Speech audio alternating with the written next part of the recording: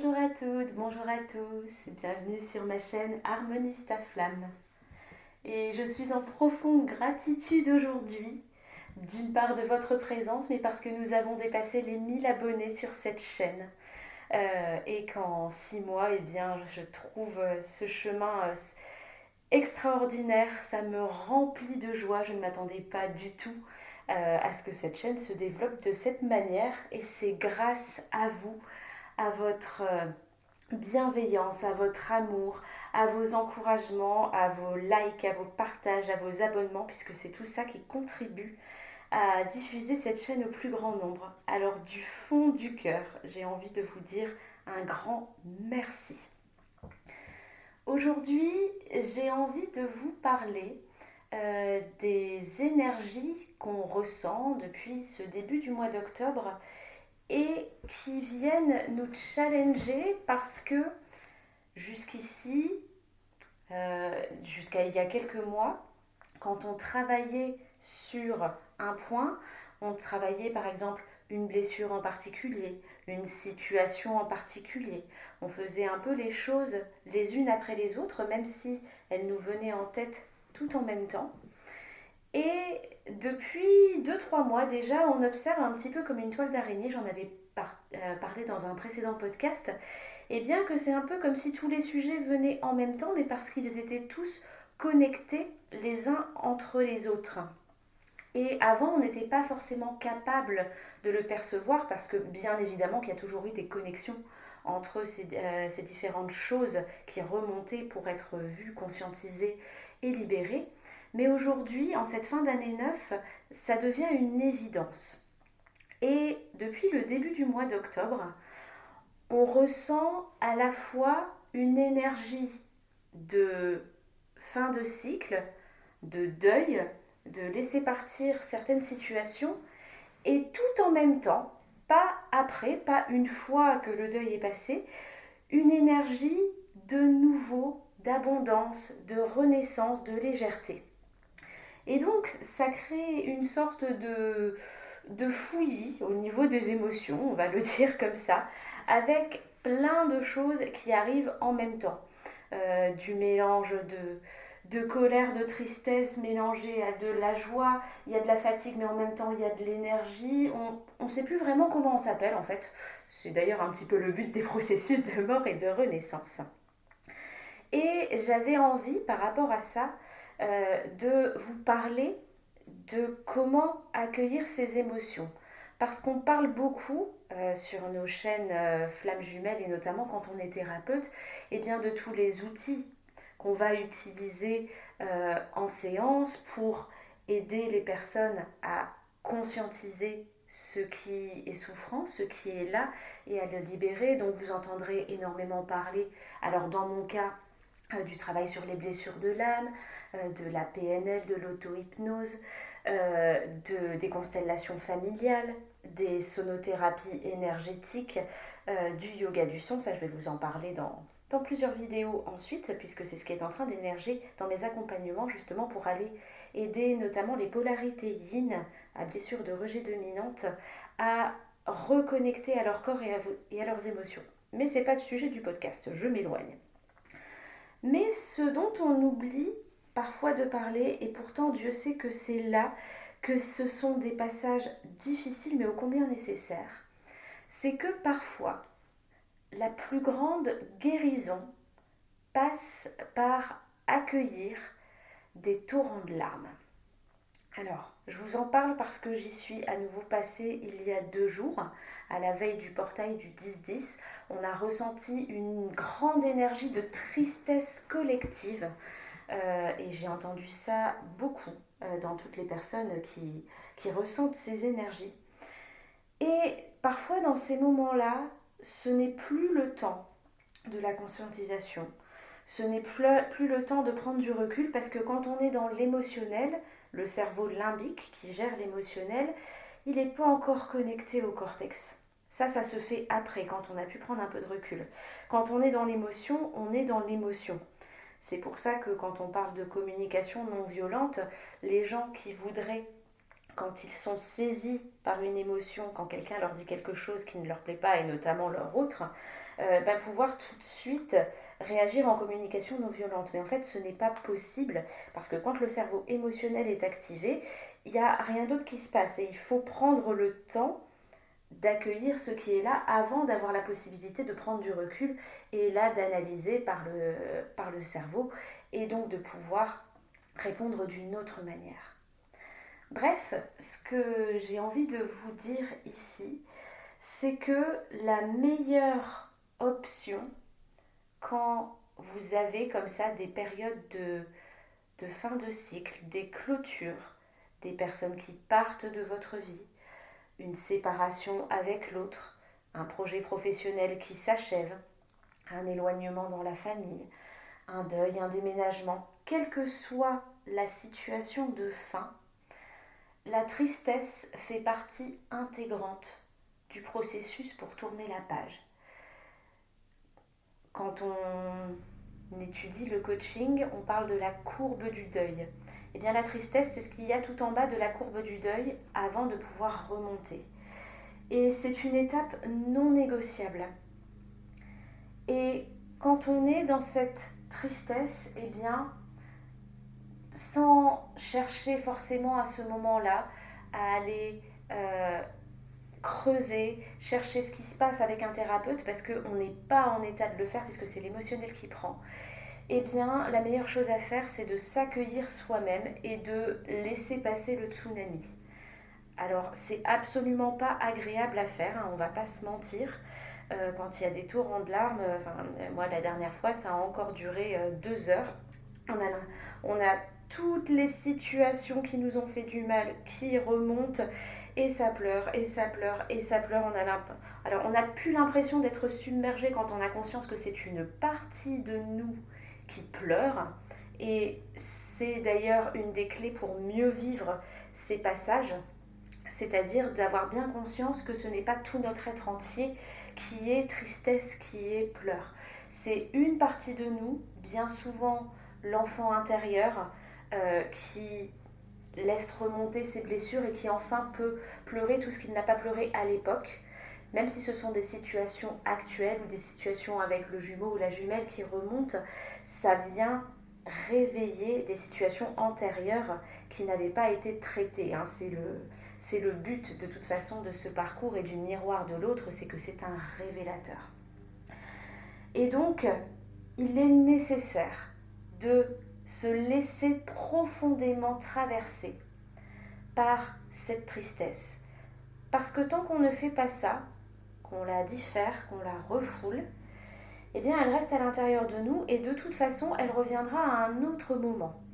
Donc quelque part c'est reculer pour mieux sauter, sauf que si on la diffère, la prochaine fois qu'elle reviendra, s'il s'est passé des choses dans notre vie qui vont rajouter une couche de tristesse, eh bien l'émotionnel en sera encore plus décuplé. Donc finalement c'est une fausse solution que de fuir sa tristesse tout de suite. Sauf si bien évidemment vous n'êtes pas dans une situation qui vous permet de l'accueillir à ce moment-là. Du type vous êtes au travail devant votre patron en pleine réunion et c'est pas le moment. Dans ces cas-là, il va être nécessaire de parler à son corps en lui disant j'ai entendu, je sens bien qu'il y a une profonde tristesse en toi.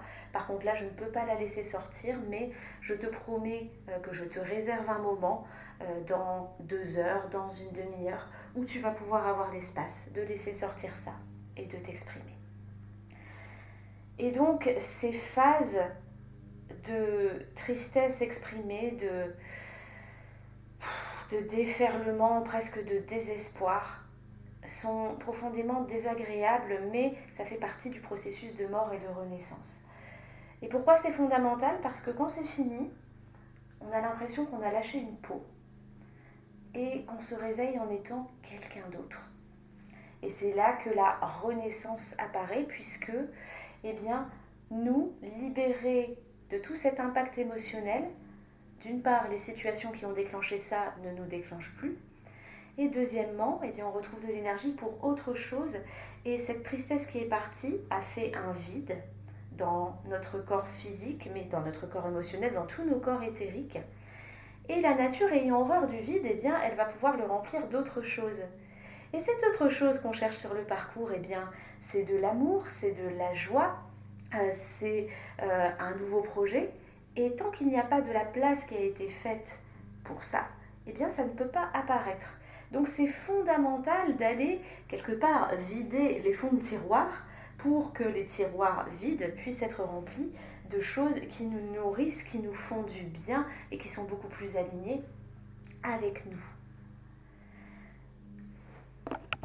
D'autre part, c'est souvent dans ces moments de tristesse, vous m'avez entendu employer le terme lâcher, la tristesse, eh bien le fameux lâcher prise dont on parle tant en développement personnel, qui nous horripile parce que il faut lâcher prise. Alors déjà dans le il faut, on a une injonction qui est contraire au lâcher prise, mais si c'était si facile que ça, on n'en parlerait pas autant. Eh bien ces moments où on se dépose avec sa profonde tristesse, où on se laisse traverser, eh bien ce sont des moments de lâcher prise. C'est le moment où l'ego a été au bout de ce qu'il pouvait faire pour nous empêcher de voir la souffrance, puisque c'est son rôle de nous protéger de ça, même si, sans s'en rendre compte, il nous fait plus de mal que de bien avec ça. Et quand on arrive à ces phases-là, eh bien c'est à ce moment-là qu'on lâche enfin les conditionnements qui nous font mal, qu'on lâche enfin les espoirs qui sont, je vais dire, mal placés. C'est pas qu'il ne s'agit pas d'avoir d'espoir, mais ceux qui sont basés sur des croyances obsolètes, sur des illusions. Et ces illusions partent avec nos larmes, et donc on lâche prise et on accepte enfin, par le lâcher prise du corps et des émotions, de pouvoir voir les choses autrement et de croire à autre chose.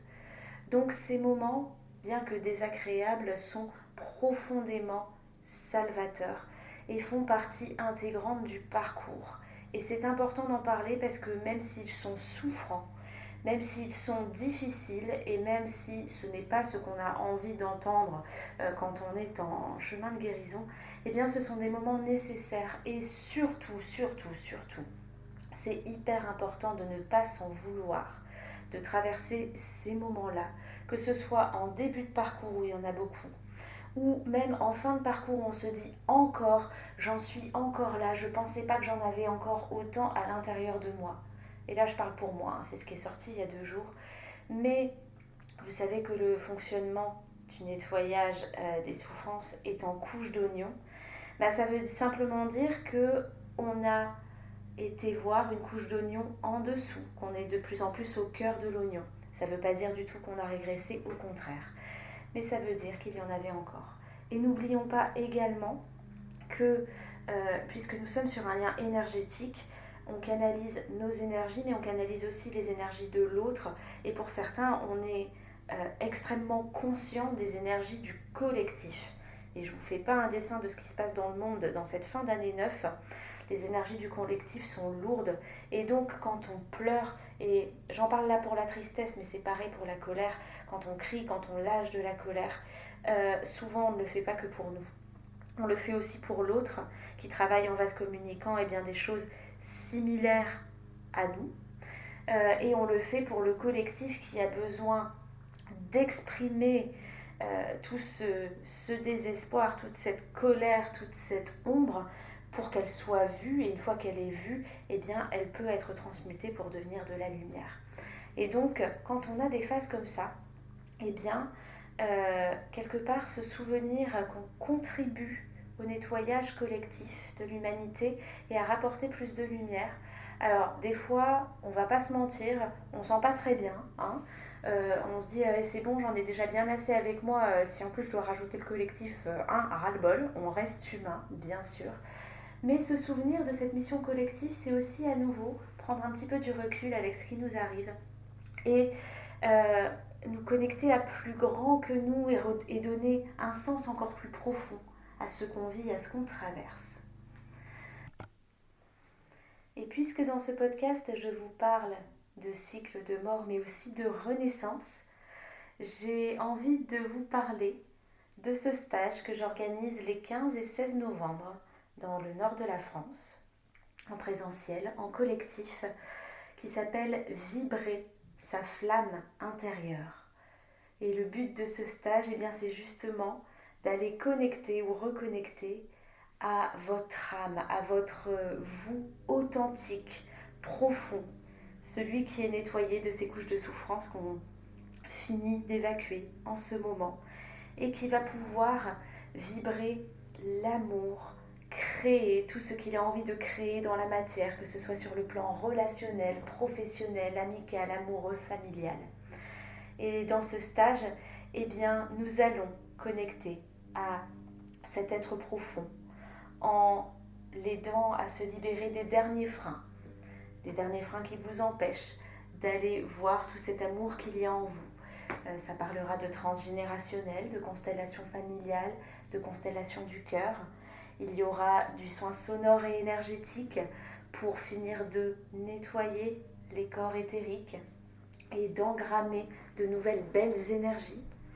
Il y aura du chant vibratoire pour se connecter ou se reconnecter à son corps, à sa vibration et à la vibration du cœur. Il y aura des pratiques corporelles. C'est vraiment un stage holistique où vous êtes amené à vous rencontrer vous-même et à rencontrer l'autre par des personnes qui sont sur la même vibration que vous, dont les histoires résonnent avec les vôtres et où les échanges et les partages sont aussi un formidable outil de guérison et d'élévation vibratoire. Vous trouverez toutes les informations sur ce stage sur mon site internet qui est en barre de description à la rubrique stage et formation. Il reste encore des places si vous êtes appelé, si le cœur vous en dit. Je vous souhaite une très très belle fin de journée, d'accueillir ce qui est à accueillir, y compris le renouveau et la joie qui sont là malgré ces moments parfois un petit peu plus bas. N'hésitez pas à me dire en commentaire comment ça résonne pour vous, ce que vous avez vécu ces derniers jours, ces derniers mois, puisque eh bien, c'est aussi, dans la même idée que le stage, en partageant avec le collectif qu'on s'entraide les uns les autres et que parfois des déclics peuvent se faire en se lisant. Alors merci du fond du cœur pour vos contributions à la communauté en commentant sous la vidéo. Je vous souhaite une très belle fin de journée, je vous embrasse et je vous dis à très vite.